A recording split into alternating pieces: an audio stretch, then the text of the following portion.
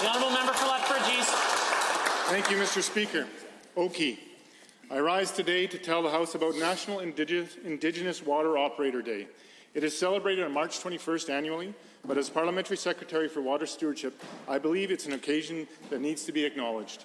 Many of us give very little thought about the quality of our drinking water, and when we do, it's often because something went wrong. National Indigenous Water Operator Day is in recognition of the vital work done and the dedication shown by those who work to provide safe drinking water for our Indigenous communities.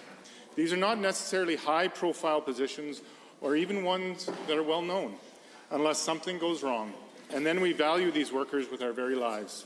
So thank you to each and every one of the many Indigenous water operators for the incredibly important work that you do and because of your many successes. We may not know you personally, but we celebrate you now on the day dedicated to your service. I had the pleasure of attending an event at Calgary City Hall this past Saturday to recognize some of the frontline water operators. Many of them work and live in Alberta. However, many were able to come from across the country, including Saskatchewan, BC, and Manitoba. Mr. Speaker, our rivers, streams, and lakes cross many jurisdictional boundaries. We all appreciate the frontline workers, engineers, and students who keep our water clean and safe. It is a team effort, and please know that you are supported by your provincial government. Your ingenuity and initiative often lead to many creative and effective solutions to everyday problems, but more support is necessary.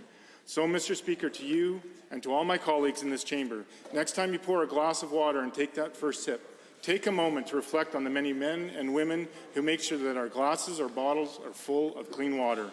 We all know how essential water is. Water is life. Thank you, Mr. Speaker.